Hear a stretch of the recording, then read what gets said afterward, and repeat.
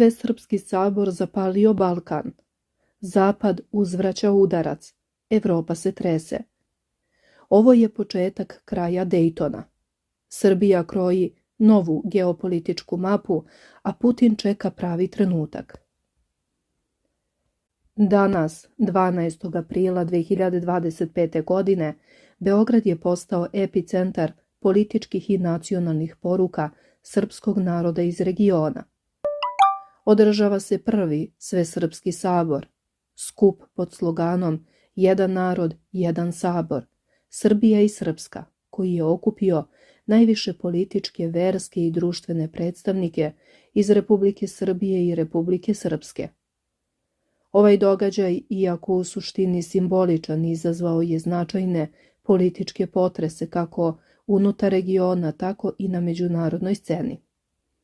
Organizatori sabora, predsjednik Srbije Aleksandar Vučić i predsjednik Republike Srpske Milorad Dodik, predstavili su ga kao manifestaciju mira, zajedništva i odlučnosti naroda da zaštiti sopstveni identitet, kulturu i prava. Međutim, međunarodne reakcije, naročito iz Nemačke, Europske unije, Bosne i Hercegovine i sa zapada generalno, otkrile su mnogo dublju zabrinutost zbog mogućih geopolitičkih implikacija ovakvog skupa. U okviru svečanog skupa usvojena je deklaracija o zaštiti nacionalnih i političkih prava i zajedničkoj budućnosti srpskog naroda. Dokument kojim se poziva na očuvanje kulturnog identiteta i prava srpskog naroda, ali koji istovremeno prema kritikama sadrži političke poruke koje asociraju na nacionalno ujedinjenje, pa čak i potencijalni separatizam u Bosni i Hercegovini.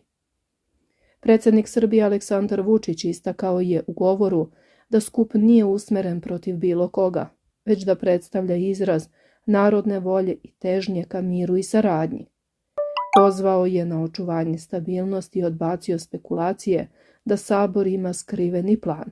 Ipak, Dodik je u svom govoru otišao korak dalje, ponovivši već dobro poznatu tezu o mogućem izdvajanju Republike Srpske iz BiH, naglašavajući da narod ima pravo na samoodređenje. Ove poruke su dodatno zaoštrile međunarodne reakcije. Jedna od ključnih tačaka sabora bio je i čitanje pisma ruskog ministra spoljnih poslova Sergeja Lavrova. U svom obraćanju Lavrov je istakao istorijsko prijateljstvo srpskog i ruskog naroda i upozorio na opasne tendencije dominacije Zapada. Dodao je da Moskva podržava srpski narod u njegovoj borbi za suverenitet i pravo da odlučuje o sopstvenoj budućnosti. Lavrov je, kako prenose ruski mediji, aludirao na stvaranje novog multipolarnog sveta i sugerisao da je sabor korak ka otporu globalističkim pristalicama. Ova poruka došla je u trenutku kada se odnosi Zapada i Rusije nalaze na istorijskom minimumu, a rat u Ukrajini i dalje traje bez rešenja na vidiku. Iako predsjednica Evropske komisije Ursula von der Leyen nije direktno komentarisala sabor, nezvanični izvori iz diplomatskih krugova u Briselu navode da postoji ozbiljna zabrinutost da ovakvi skupovi dodatno podstiču napetosti u regionu, posebno u Bosni i Hercegovini, i mogu se smatrati izazovima za Dejtonski mirovni sporazum. Nemačka ministarka spoljnih poslova, Annalena Baerbock, javno je reagovala i poručila da je Svesrpski sabor zabrinjavajući događaj koji može predstavljati pripremu za separatističke aktivnosti. Ona je pozvala na očuvanje teritorijalnog integriteta BiH, rekavši da Berlin neće tolerisati nikakve pokušaje destabilizacije regiona.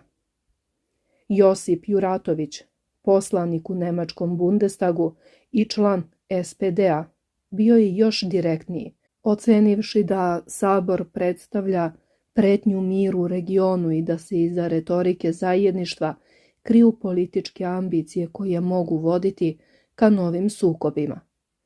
Denis Bećirović, predsjedavajući predsjedništva BiH, sabor je nazvao najvećim napadom na Dejtonski sporazum od njegovog potpisivanja. U izjavi za javnost naglasio je da Sabor ima jasne poruke secesionizma i da predstavlja koordinisan napad na suverenitet Bosne i Hercegovine. Pozvao je međunarodnu zajednicu da reaguje odlučno i preventivno. Iako se mađarski premijer Viktor Orban nije direktno oglasio na Saboru, poznato je da Mađarska i Srbija neguju bliske odnose, te se u diplomatskim krugovima nagađa da Orban ima prećutnu podršku za ideju jačanja nacionalnih identiteta u regionu. Njegovo ćutanje može se tumačiti kao diplomatska suzdržanost ili tiho odobravanje. Zanimljivo je da se predsjednik Rusije Vladimir Putin nije oglasio direktno povodom Sabora, ali Lavrovljevo pismo i retorika jasno odražavaju zvanični stav Moskve. Putin je u prošlosti više puta isticao pravo naroda na samoodređenje i u tom smislu se njegov stav verovatno poklapa sa Dodikovim tezama, iako se zvanično ne eksponira. Bivši i aktuelni predsjednik SAD-a Donald Trump nije se oglasio o Saboru, ali poznato je da deo njegove baze ima simpatije prema Srbiji, naročito zbog njegovih stavova o NATO agresiji 1999. godine. Srpski mediji koji podržavaju Trumpa podsjećaju na njegove ranije izjave u kojima je osudio bombardovanje Savezne Republike Jugoslavije i kritikovao američku spoljnu politiku na Balkanu. U Srbiji su reakcije podeljene. Predsjednica Skupštine Ana Brnabić Sabor je nazvala istorijskim danom za srpski narod i odbacila optužbe o separatizmu. Premijer Miloš Vučević poručio je da Sabor ne bavi granicama već kulturnim i duhovnim povezivanjem. Sa druge strane, opozicija smatra da je Sabor pokušaj vlasti da skrene pažnju sa unutrašnjih problema i da se koristi za političku propagandu pred lokalne izbore. Politički analitičari kao što su Dragomir Anđelković i Cvjetin Milivojević također izražavaju sumnje u stvarnu svrhu skupa.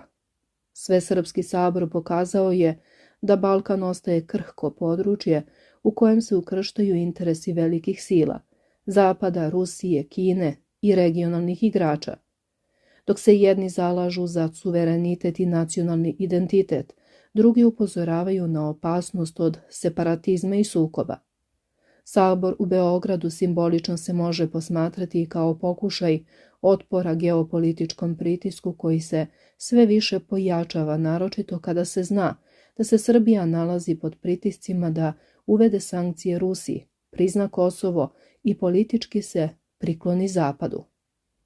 Da li je Svesrpski sabor samo simbolična manifestacija jedinstva ili uvod u novu fazu političke mobilizacije srpskog naroda? Da li je on izražaj legitimne brige za identitet ili preteća poruka komšijama u međunarodnoj zajednici? Odgovori na ta pitanja zavisit će od narednih poteza i Beograda, i Banja Luke, i međunarodne zajednice. Ono što je sigurno, Balkan ponovo pulsira političkom neizvesnošću, a Svesrpski sabor ostaje događaj čije će posljedice tek biti vidljive u mesecima i godinama koje dolaze.